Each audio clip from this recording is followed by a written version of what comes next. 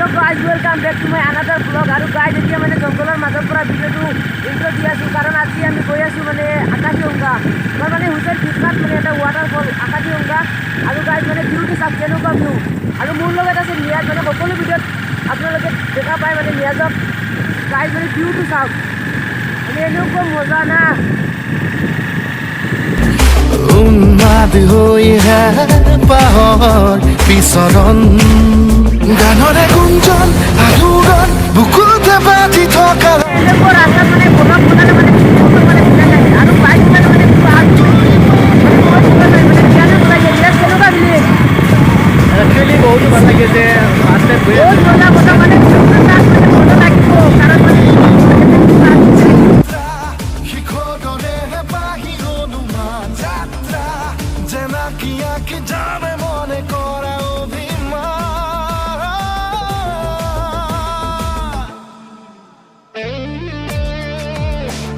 আৰু এনেকৈ যাত্ৰা গানটো শুনি শুনি আহি গৈছোঁ আকাশীগংগা গেটখনত। তো গাইজ মানে ফাইনেলি এণ্ট্ৰি হৈ গৈছোঁ আৰু এতিয়া মানে ভিতৰত যাওঁ আৰু ইয়াত প্ৰৱেশ লিখা আছে এতিয়া এইফালে যাব লাগিব আৰু মানে চাওক ইয়াত প্ৰথমে মন্দিৰ এটা পাব আৰু ইয়াৰ ভিতৰত এতিয়া সোমাই যাওঁ এতিয়া তো গাইজ এতিয়া ফাইনেলি মানে সোমাই গৈছোঁ আৰু ইয়াত আছে মানে ৱাটাৰফলটো আছে ইয়াত এতিয়া আপোনালোকক দেখুৱাম তো গাইজ ফাইনেলি আহি গৈছোঁ আমাৰ ডেষ্টিনেশ্যন আৰু এইফালে আছে মানে ৱাটাৰফলটো আৰু তলত চাওক মানে এনেকুৱা দৃশ্য আৰু চাওক মানে এইটো হৈছে মানে ৱাটাৰফলটো মানে পানীৰ চাউণ্ডটো শুনক মানে কিবা বেলেগ ফিলিংছ আহি যায় আৰু মই যেতিয়া আগতে ভিডিঅ' বনাইছিলোঁ তেতিয়া পানী বেছি আছিল আপোনালোকে চাই ল'ব ডিছক্ৰিপশ্যনত লিংকটো দিয়া থাকিব আৰু ইয়াত চাওক মানে নিয়াজে ব্লগ বনাই আছে আৰু নিয়াজৰ ব্লগ চাই মানে এই বান্দৰকেইটা মানে আচৰিত হৈ গ'ল কি ব্লগ বনাই আছে নিয়াজে বান্দৰ দুটাই এতিয়ালৈকে চিন্তা কৰি আছে আপোনালোকে চাই ল'ব নিয়াজৰ ব্লগটো ডিছক্ৰিপশ্যনত দিয়া থাকিব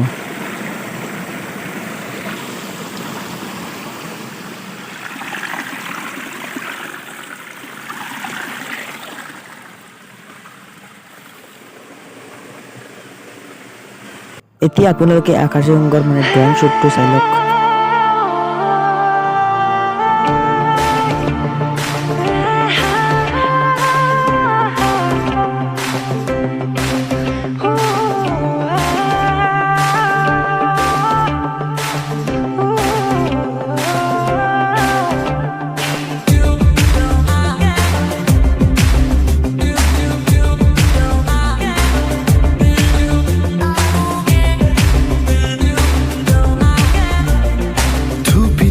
তৰালি ফুৰা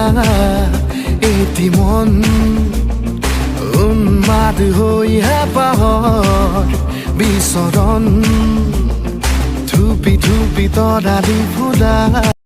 ये देखो भाई कितना छोटा छोटा बंदर मस्त यार আৰু ইয়াতে মানে কেইটামান ছাবস্ক্ৰাইবাৰ লগ পাই গৈছোঁ মানে তেওঁলোকৰ লগত কথা পাতি মানে বহুত ভাল লাগিছে ফাইনেলি ৱাটাৰফল দেখা হৈ গ'ল আৰু ৱাটাৰফলত বিশেষ একো নাই এতিয়া মানে পাহাৰত উঠিম আৰু উঠোৱাৰ পিছত আপোনালোকক পাহাৰৰ ওপৰৰ পৰা মানে ভিউটো দেখুৱাম মানে জংঘলৰ ভিতৰত সোমাই গৈছোঁ কিন্তু মানে ভয় কৰি আছে কাৰণ এই জংঘলখন মানে বহুত ভয়ানক হয় আৰু জংঘলখন মানে ভয়ানক হোৱাৰ কাৰণ হ'ল মানে জংঘলখনত বাঘ আছে আৰু হাতী আছে আৰু লগতে আছে সাপ আৰু এনেকৈ গৈ আছোঁ মানে জংঘলৰ ভিতৰত আৰু মানে যিমান যাওক না কিয় মানে জংঘলখন শেষ নহয়